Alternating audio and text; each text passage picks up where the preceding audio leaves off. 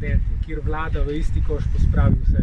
Študenta, ki živi doma, in študenta, ki živi v stanovanju, pa ima 500 evrov najemnine.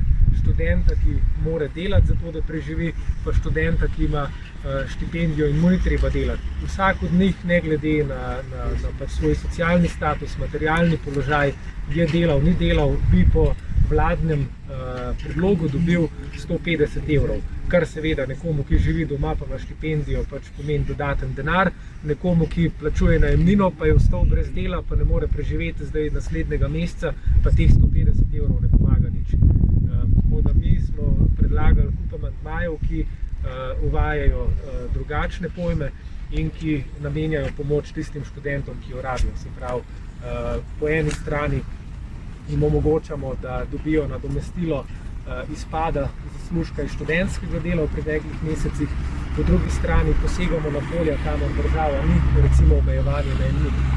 Najemnine so velik problem v krizi, tako za ljudi v stanovanjih, kot za poslovne subjekte. Gospodarstvo je zamrznjeno, najemnine pa tečejo dalje.